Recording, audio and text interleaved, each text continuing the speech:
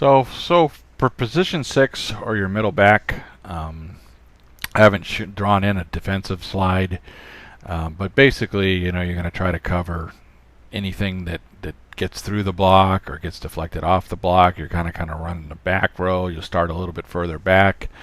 Keep your 5-1 spread. Either you move off center or you'll take some guesses back there, depending on how you read the opponent's hitters. And you may or may not be, the opposite hitter in this particular case. You're also a number 4 player or something like that. Typically plays a number 6 too, unless they have another tall guy or something that they bring in specially to hit the pipe or the bick.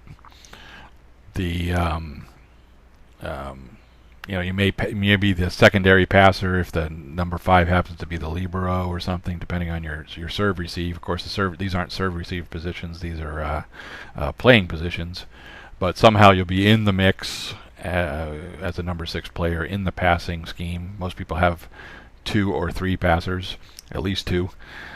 So you'll be one of these. You'll be one of these players in this position that will be doing some passing. And then you will transition into the hitter. And so I've drawn the P in there.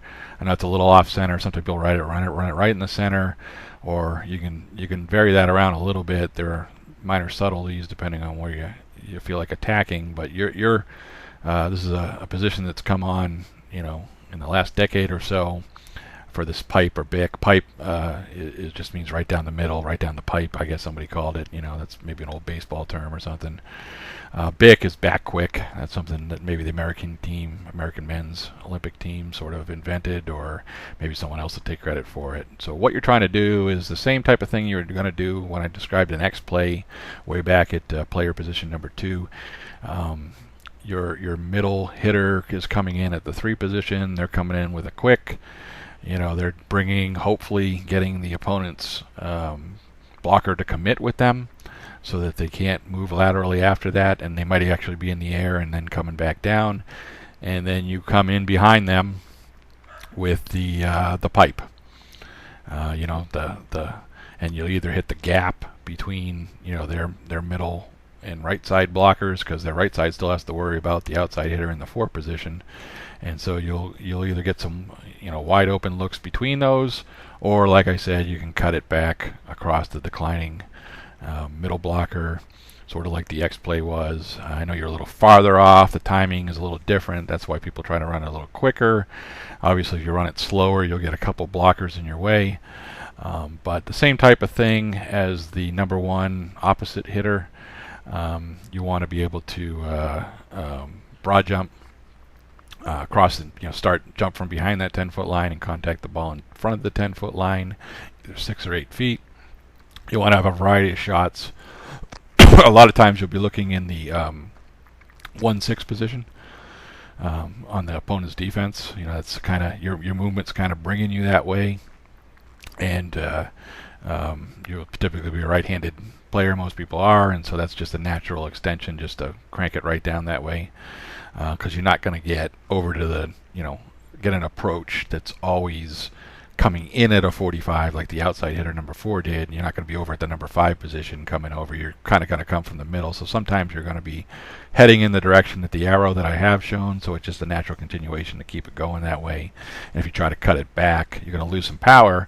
But that's a good deceptive play too, especially if they're on to you, right? They're starting to get some blocks, but it's a way to stay involved as a back row player, and it's a very important position. It's becoming more and more important because this is almost, you almost never get a double block unless there's some kind of oddball thing going on. Your offense isn't running well at all if you're getting a double block, so it's a lot of one-on-one, sometimes a 1-and-0. So as long as you got a player that can do this type of capability, it's a big asset.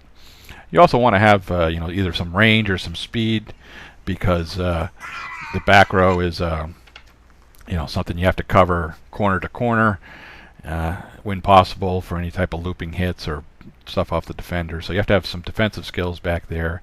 This was the best defender back before some of the concepts with the liberos and some of this back row came.